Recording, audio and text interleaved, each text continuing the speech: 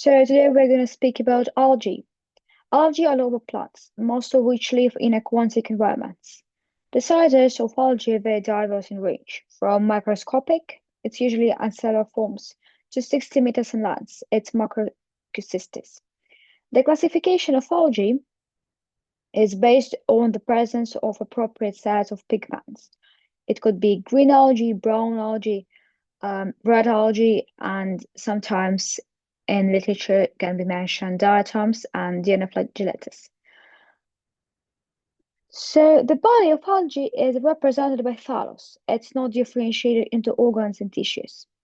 Some algae are attached to the substrate with the help of rhizoids. It's special cells all grown. So it's not the roots, but it's something similar to them. According to macrobiological organization, acellular and multicellular forms are distinguished. The alga cell is characterized by the presence of cell wall. Inside it contains one or more nuclei, a vacuole, a chromatophore, and other organelles. Chromatophores are very diverse in shape and contain a specific set of pigments. So reproduction in general of algae occurs asexually or sexually. So now we're going to speak about unacellular green algae for the first, and we're going to speak about green algae. This is the largest division of algae. This includes freshwater and marine forms. Some species are soil. Characteristics is chlorophyll, which prevails over other pigments or over the carotenoids. The resolved substance is starch. So the first acellular green algae about which we're going to speak is Chlamydomonas. Chlamydomonas is freshwater algae. The two flagella, I can show you, I guess. Oh yeah, that's it. So the flagellum, um, at the base, two contractive vacuoles. The chromatophore is large. So yeah, it's large cup shape. In cytoplasm, there is one nucleus. So this is the cytoplasm and only one nucleus. So an eye, it's called stigma. You can see it here, the eye spot. And are the organs typical of eukaryotes. The eye serves to decide the level of illumination. If there is not enough light, the chlamydomonas moves to a more illuminated place. So positive phototaxis is characteristic of this event. In cytoplasm, there is a pyrenoid. Starch is stored in it. So pyrenoid is like a not too much big, but quite big organelle. So the reproduction occurs essentially um, under favorable conditions with the help of haploid zoospores, and sexually as isogamy under unfavorable conditions. After the formation of zygote, it's covered with a thick membrane and winters in the state. In the spring, meiosis occurs in it. The membrane ruptures and four young haploid individuals emerge from it. Thus, the haploid phase occupies most of the life of Chlamydomonas, and so the gametosphere terminates in this cycle. You can see the full cycle on the photo. So then we're going to speak about chlorella. Chlorella is an algae that can live in water, soil, on the soil surface, or tree bark on damp places. There are no flagellum, eye spot, or contractive vacuole. Just almost nothing um, than have Chlamydomonas. So inside the cell, there is a nucleus, chromatophore, and cytoplasm with organelles typical for plants. Reproduction is only asexual. It's using immobile spores. The sexual process is unknown. So the next one is the Plerococcus. It's a land algae. The cell is spherical, has no vacuole, eye spot or flagella, contains a chromatophore and one nucleus. So this plant is found everywhere, forming green deposits on trees, rocks, and soil, and it reproduces by dividing in two cells. The next one is colonial green algae. So we talked about the ancestral green algae. Now we're going to talk about colonial green algae. The first one, and like the most common one, is volvox. It's beautiful, and we have seen on the first slide. So I can show you one more time. So this is volvox. I think it looks beautiful. So volvox is colonial freshwater green algae. The colony looks like a hollow ball, the surface of which is formed by cells connected to each other by cytoplasmic strands. Each cell of colony is haploid. Only the zygote stage is diploid and contains one nucleus, a chromatophore, and two flagella. There is a specialization of cells in the colony. The peripheral, the peripheral, yes, the peripheral part is made up of vegetative cells, and between them are larger generative cells. As a result of the division of generative cells, daughter colonies are formed, which are located inside the mother colony, and after it does, they come out. Sexual reproduction is called origami is also characteristic.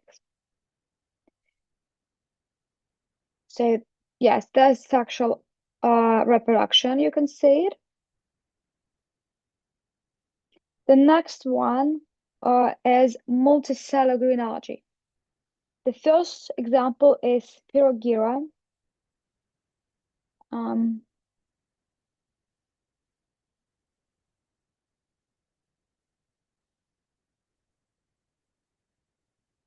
Spirogyra is filamentous freshwater algae.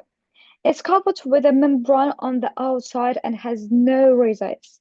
Inside each cell, there are several filaments of spiral chromatophore. So, for this reason, it's called spirogyra, like spiral. A nucleus and cytoplasm with organelles. Most of the cell is occupied by a center vacuole. Asexual reproduction occurs by fragmentation of filaments. Sexual reproduction occurs by conjugation. Partial sex cells are not formed.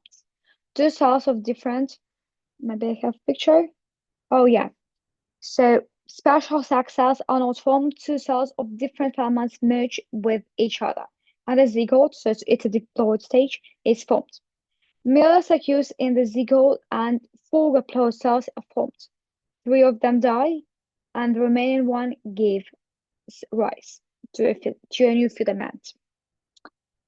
So the next one is Ulothrix. Ulothrix is a filamentous freshwater alga. It consists of single row of cells and is attached to the substrate by a basal cell. Cell has no flagella, contains one nucleus and a belt-shaped chromatophore, and of course vacuole. So you can see that belt-shaped chromatophore here like everywhere. It has very characterized overview. So during reproduction is asexual and sexual, both one. During the sexual reproduction, those spores are formed in the cell of the thread. Then the membrane ruptures and they come out. After floating for some time, the cell spores settle and form a new thread by division. During sexual reproduction, gametes are formed inside one of the cells, which come out on matching pairs. After the formation of the zygote, meiosis occurs. Those spores are formed, giving the rise to a new plant. Yes, this one reproduction is so is this that's the sexual reproduction. Oh no, sorry, it's a sexual one. So the next one is the ulva. It's also called Celotes. A lamellar seaweed. The body is a two lower plates attached to the substrate by a base narrowed into a short petiole. Single cell contains one nucleus, a vacuole, and a chromatophore. Reproduction is asexual and sexual. Ulva is characterized by alternation of generations. So the plurigametes develop on the gametophyte, emerge in water, and sporophyte develops from the zygote. Meiosis occurs in it, and spores are formed, from which the gametophyte develops. In this case, the sporophyte and gametophyte look the same externally. So the Cladophora. Cladophora is a lamella sea of freshwater alga.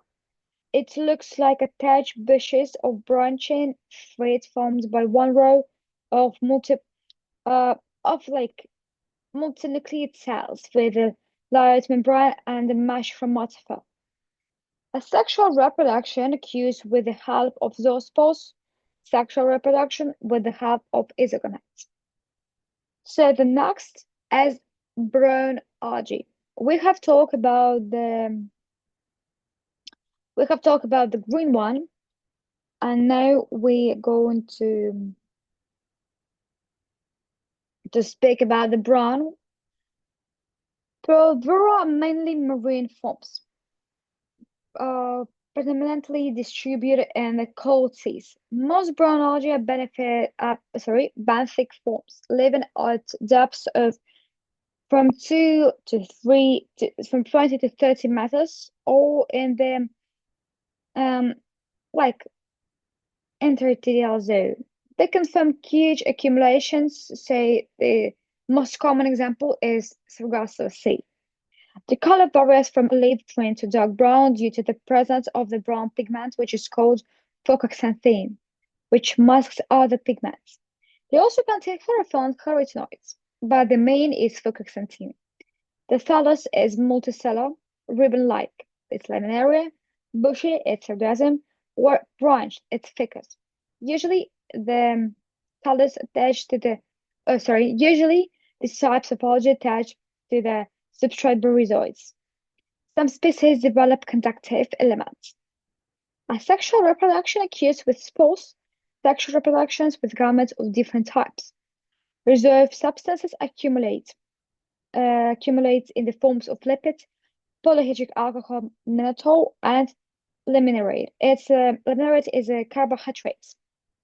So now in the photo you can see the examples of the brown algae, the kelp, the fucus, the sargassum. So the next one and the last one is red algae. Red algae live mainly in the seas.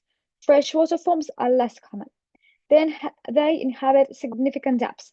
After two, after 260 meters is the most deepest. So these algae live in the most deepest things. There are cellophane multicellular forms. They contain chlorophyll, carotenoids, and ficabelins. Ficabelins is the red pigment.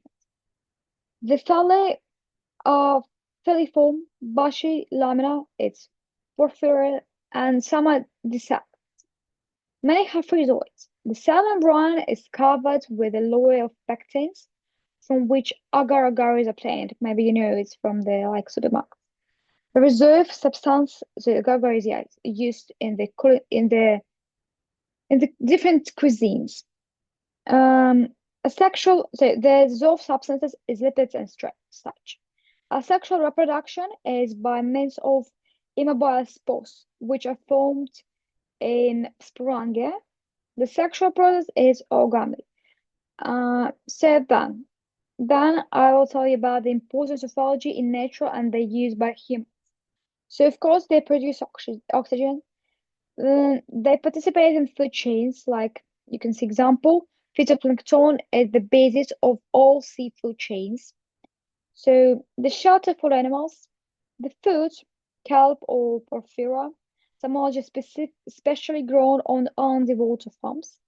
Feeds, it's ficus and chlorella. Source of iodine, it's like the algae full and very rich of iodine. Industrial, it's obtain sodium and potassium salt. Agar-agar, as I said. Agar-agar is used to make jelly, marmalade, pastillate, and a nutrient medium for growing bacteria. For when they reproduce in males, they cause water blooming. It's usually by chlamydia manas, which causes the oxygen content in the water to drop. Some species, like chlorella, used on spaceships and submarines to clean the air of carbon dioxide. So this is was the information about algae. Thank you for your attention.